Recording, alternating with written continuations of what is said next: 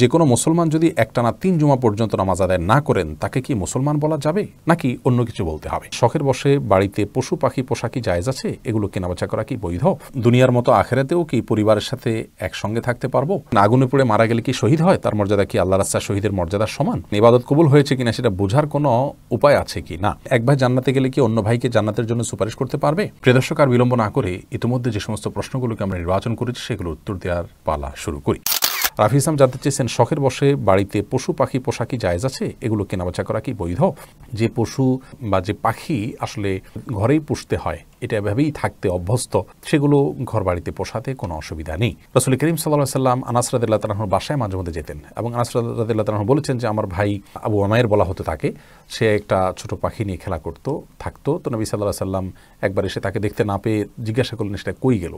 বুখারী মুসলিম হাদিসটি বর্ণনা করেছে। এখান থেকে বোঝা যায় যে এটি ইসলাম শরীয়তের দৃষ্টিকোণ থেকে নিষিদ্ধ নয়।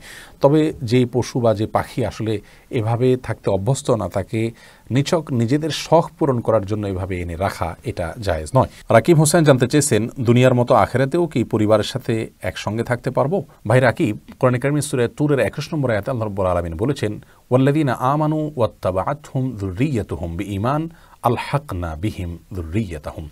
যার অর্থ হলো, যারা ঈমান এনেছেন এবং তাদের অনুকরণ করে তাদের পরিবার, তাদের বংশধররাও তারা ঈমান এনেছেন, যদি এরকম হয় তাহলে আমি তাদের সঙ্গে তাদের পরিবারকে, তাদের সন্তান সন্ততিদেরকে, বংশধরদেরকে মিলিত করাবো। এটি আল্লাহ রাব্বুল আলামিনের ওয়াদা। এখান থেকে বোঝা যায় যে যদি আমরা ঈমানের উপরে অটল থাকি, অবিচল থাকি, তাকওয়ার উপরে অটল অবিচল থাকার চেষ্টা করি, ইনশাআল্লাহ বিইذনিল্লাহ আমাদের পূর্বপুরুষ যারা জান্নাতি তাদের সাথে আল্লাহ রাব্বুল আমাদেরকে একত্র করবেন জান্নাতে। সেই সুসংবাদে আয়াত থেকে আমরা জানতে পারি।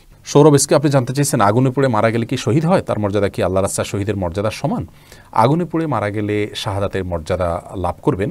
নবী করিম সাল্লাল্লাহু আলাইহি ওয়াসাল্লাম বিভিন্ন হাদিসে শাহাদাতের মর্যাদা লাভ করবে এরকম ব্যক্তিদের প্রকার উল্লেখ করা যায়। কোনো কোনো হাদিসে আসছে যে শাহিদু খামসুন, 5 ব্যক্তি শাহাদাতের মর্যাদা লাভ করবে। এর ভিতরে নবী করিম সাল্লাল্লাহু আলাইহি ওয়াসাল্লাম বলেছেন যিনি আগুনে পুড়ে মারা যান তার কথা, তেমনিভাবে পানিতে ডুবে মারা যান, কোনো কিছু নিচে চাপা পড়ে মারা যান, এই ব্যক্তিকে নবী করিম সাল্লাল্লাহু আলাইহি ওয়াসাল্লাম শহীদের মর্যাদা পাবেন বলে বলেছেন। পেটের পীড়া মারা গেছেন তাদের জন্য বলেছেন। আবু দাউদের একটা হাদিসে আসছে ওয়াসাহিবুল হারিকি শাহিদ, যে ব্যক্তি আগুনে পুড়ে মারা গেলেন তিনি শহীদ হবেন, অর্থাৎ শহীদের মর্যাদা পাবেন। তবে এই শহীদ আল্লাহর রাস্তায় নিজের জীবন বিলিয়ে যিনি শহীদ হয়েছেন আল্লাহর দ্বীনকে বুলন্দ করবার জন্য, তার সমপর্যায়ের শহীদ হবেন না। তিনি হবেন শহীদে হাকিকি বা প্রকৃত অর্থে এবং সার্বিক বিচারে শহীদ। আর এভাবে যারা মৃত্যুবরণ করেন তারা হলেন হুকমান শহীদ, অর্থাৎ বিধানগতভাবে তাদেরকে শহীদ বলা হবে। তারা শহীদের সওয়াবটা লাভ করবেন, কিন্তু পৃথিবীতে একজন সাধারণ মানুষের মতো তাদেরকে গোসল দিবে, দাফন করতে হবে।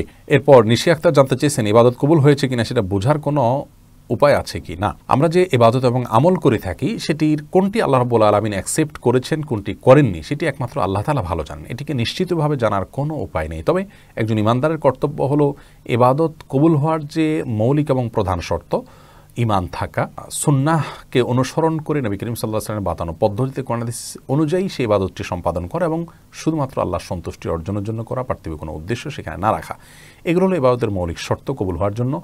এগুলোকে পূরণ করে তিনি ইবাদত করে যাবেন এবং সুধারণা রাখবেন যে আল্লাহ তাআলার কাছে এটা গ্রহণযোগ্য হচ্ছে। কিন্তু ইবাদত কবুল হওয়ার কিছু বাহ্যিক আলামতের কথা অনেক ইমাম, অনেক স্কলার এবং বড় বড় উলামায়ে কেরাম বলেছেন যে এগুলো দেখে আমরা সুধারণা জোরালোভাবে পোষণ করতে পারি যে আমাদের ইবাদত কবুল হয়েছে। তোমাদের থেকে ইমাম ইবনুল কাইয়িম রাহিমাহুল্লাহ বলেছেন যে কেউ যদি কোনো পাপ করে, তো পাপ করার পর যদি তিনি ফিরে আসতে পারেন সেখান থেকে তওবা করার পর, তাহলে সুধারণা করতে পারেন যে আল্লাহ তাআলা তার দোয়া কবুল করেছেন। কোনো কোনো সালাফ বলেছেন কেউ দোয়া করার পর যদি তার দোয়ার সময় যদি চোখের পানি চলে আসে, মন ভেঙে পড়ে, আল্লাহর দিকে ধাবিত হয়ে যায়, তাহলে তিনি সুধারণা করতে পারেন তার দোয়া কবুল হয়েছে। তেমনিভাবে হাসান বসরি রাহিমাহুল্লাহ থেকে বর্ণিত আছে যে ইবাদত যখন এর ধারা মানুষ অব্যাহত রাখতে পারে, এটা ভালো কাজ করলেন আবারও করতে পারলেন, তো এর মাধ্যমে তিনি সুধারণা পোষণ করতে পারেন যে তার ইবাদত কবুল হয়েছে। ইবনে কাসির রাহিমাহুল্লাহ থেকে এরকম কথা বর্ণিত হয়েছে। তো ভালো কাজের ধারা যদি অব্যাহত রাখতে পারেন, মন্দ কাজ থেকে ফিরে আসতে পারেন, সেটা হোক সীমিত পরিসরে, হয়তো মন্দ কাজ থেকে ফিরে আসলেন, আবার মন্দ কাজে তিনি কোনো কারণে লিপ্ত হয়ে গেলেন, তারপরে যেটুকু ফিরে আসতে পেরেছেন সেটুকু তার দোয়া বা তওবা কবুল হয়েছে বলে সুধারণা পোষণ করতে পারেন। এরপর এমডি তানভীর তামিম জানতে চেয়েছেন, এক ভাই জান্নাতে গেলে কি অন্য ভাইকে জান্নাতের জন্য সুপারিশ করতে পারবে?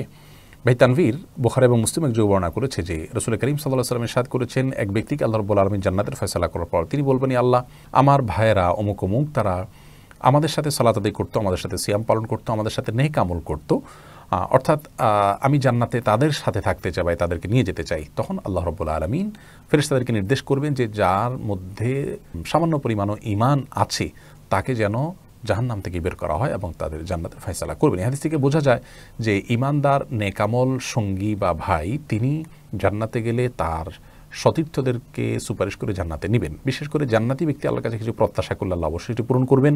তবে যে ব্যক্তিকে আল্লাহ জান্নাত দিতে চাইবেন, জান্নাতি ব্যক্তিদের অন্তরে হয়তো তাদের কথা উদ্রেক হবে, জাগ্রত হবে এবং তাদের জন্য তিনি সুপারিশ করবেন আল্লাহর অনুমতি সাপেক্ষে। এবং এ বিষয়ে সনাবিহাই থেকে বর্ণিত আছে যে ওয়াদ ইবনে সামাত রাদিয়াল্লাহু তাআলা আনহু তার মৃত্যুর সময় তিনি তার কাছে গিয়ে কান্নাকাটি করছিলেন। মৃত্যুশয্যা যখন ছিলেন তখন তিনি বললেন যে তুমি কেন কাঁদছো? যদি আল্লাহ রাব্বুল আলামিনের কাছে আমার সুপারিশ করার কোনো সুযোগ থাকে বা কোনো সুযোগ আমি পাই, কোনো স্কোপ আমি পাই, তাহলে অবশ্যই আমি তোমাকে সুপারিশ করে আল্লাহ তাআলার কাছে আমি জান্নাতে নেব। তো এই সমস্ত হাদিস থেকে বোঝা যায় যে একজন ভাই জান্নাতে গেলে তিনি তার সতীর্থদেরকে সুপারিশ করে জান্নাতে নেওয়ার চেষ্টা করবেন এবং আল্লাহ তাআলা সেটি কবুল করবেন। এই জন্যই তো দুনিয়াতে ঈমানদার নেকামলকারী মানুষদের সঙ্গে থাকতে হয়, জান্নাতি মানুষদের সঙ্গে অবলম্বন করতে হয়, যাতে করে কিয়ামতের ময়দানেও সেখান থেকে উপকৃত হতে পারি আমরা। কিন্তু এর মানে এই না যে নেককারদের সঙ্গে থাকলেই তারা সুপারিশ করে জান্নাতে নিয়ে যাবেন, আমি যত অপকর্মই করি না কেন। নিজেও নেকামল করতে হবে, সেটি হাদিস থেকে বোঝা যায়। এমডি আরিফ আপনি জানতে চেয়েছেন যে কোনো মুসলমান যদি একটানা 3 জুমা পর্যন্ত নামাজ আদায় না করেন তাকে কি মুসলমান বলা যাবে নাকি অন্য কিছু বলতে হবে? কোনো মুসলমান যদি টানা 3টি জুমা আদায় না করেন তার ব্যাপারে রাসূল করিম সাল্লাল্লাহু আলাইহি সাল্লামের অত্যন্ত ভয়াবহ সতর্কবার্তা রয়েছে।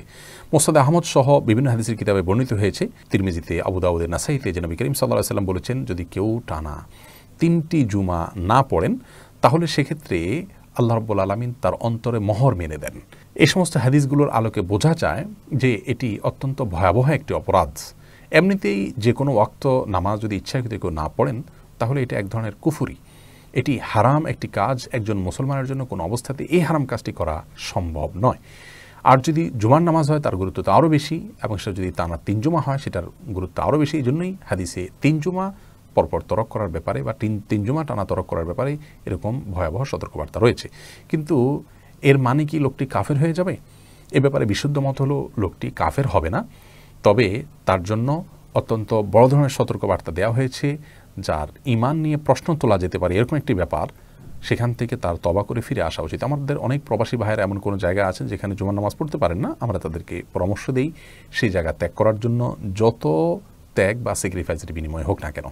কারণ কোনো জায়গায় যদি আমাকে জুমার নামাজ পড়তে দেওয়া না হয়, ফরজ নামাজ পড়তে দেওয়া না হয়, তাহলে সেই জায়গায় চাকরি করা আমার জন্য জায়েজ নাই, যত লোভনীয় চাকরি হোক না কেন। আল্লাহ তাআলা আমাদেরকে বুঝার তৌফিক দান করুন। প্রিয় দর্শক, দেখতে দেখতে নির্দিষ্ট সময় আমরা পার করে ফেলেছি এবং নির্দিষ্ট সময়ের অনেক বেশি সময় আমরা আজকে নিয়েছি।